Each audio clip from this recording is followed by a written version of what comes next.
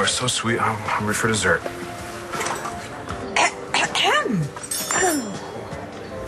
Hi, Renee. I'm glad to see you two reconnecting, and I like appetizers, but if you're going for the main course, you better get a room.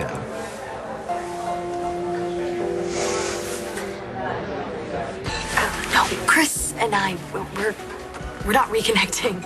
You could have fooled me. No, she's right, Renee. We're just friends. Ah, just friends. Well, whatever you want to call it, please don't do it in my restaurant, okay? He started it. Started what? You didn't see him when you were walking in? He was practically removing her tonsils with his tongue. Natalie, Jared is a gentleman. I don't think that he would act like that, especially in my restaurant. I can't believe that you think Jared Banks is a gentleman. It's not going to happen again. I promise. No more tonsil hockey in the dining room. That has to go for them, too. I'll speak to them. Hey, that looks good. It's delicious. Sarah told me the food was good here, and she was right. This is a wonderful restaurant, Mrs. Buchanan. Well, I'm glad that you're enjoying your evening, and I'm sorry if there have been any disturbances. Disturbance? Natalie and Christian felt there was something that they were concerned about with you and Sarah. They're just jealous. Jealous. Well, we got the last piece of tiramisu. Ah, Natalie seemed to think it was a little more involved than that. I can't imagine what would be bothering her. Well, Natalie sometimes makes mistakes, but she can be very charming once you get to know her. Yes, I'm sure that's true of all the Buchanans. But you, Mrs. Buchanan, you are my favorite. Oh, no. Don't you hear that, Sarah? He couldn't wait to see you tonight. That's good to know. Asa was particularly fond of Sarah. I don't doubt it. Oh, I almost forgot. You left, and I didn't give you keys to the mansion. Ah, well, thank you. Do I have a curfew?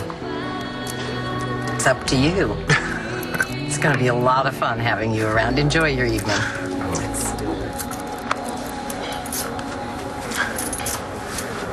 So, we're already on to dessert, and in all this time you didn't mention you moved into my great-grandfather's mansion?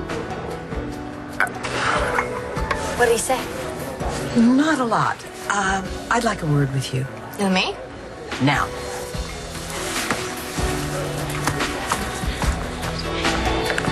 I'm very fond of Jared Banks. Yeah, I know. No, let me finish.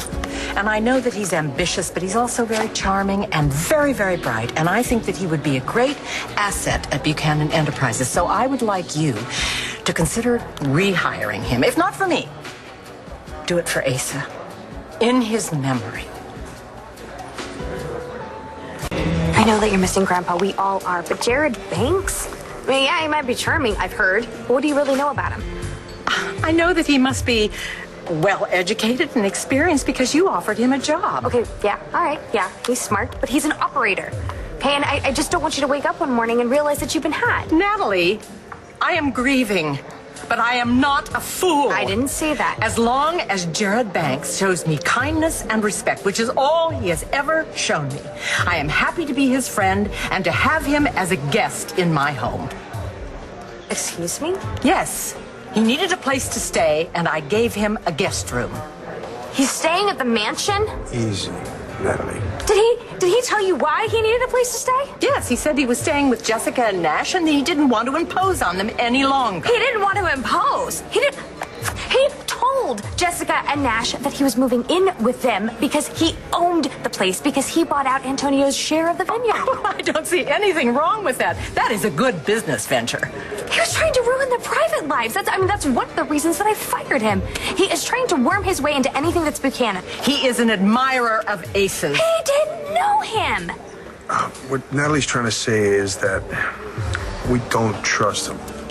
He's been aggressive and not very nice to Natalie and Jessica and Nash. What? Yeah, and now he's trying to go after Sarah. Sarah doesn't seem to mind. That's because she doesn't know him. And now he's gonna live with you and Dad in the mansion? I don't think your father and I are in any grave danger. You obviously have issues with Jared Banks. I don't. As a matter of fact, I feel like Asa brought him to me so that I wouldn't feel so alone. He is a poor young man who's trying to find his way. Don't kick him when he's down. I've got to shut him down, like, now. How are you gonna do that? Coming here was a terrible idea. Now you have Renee mad at you. How do you shut down a one-man band with a very happy crowd?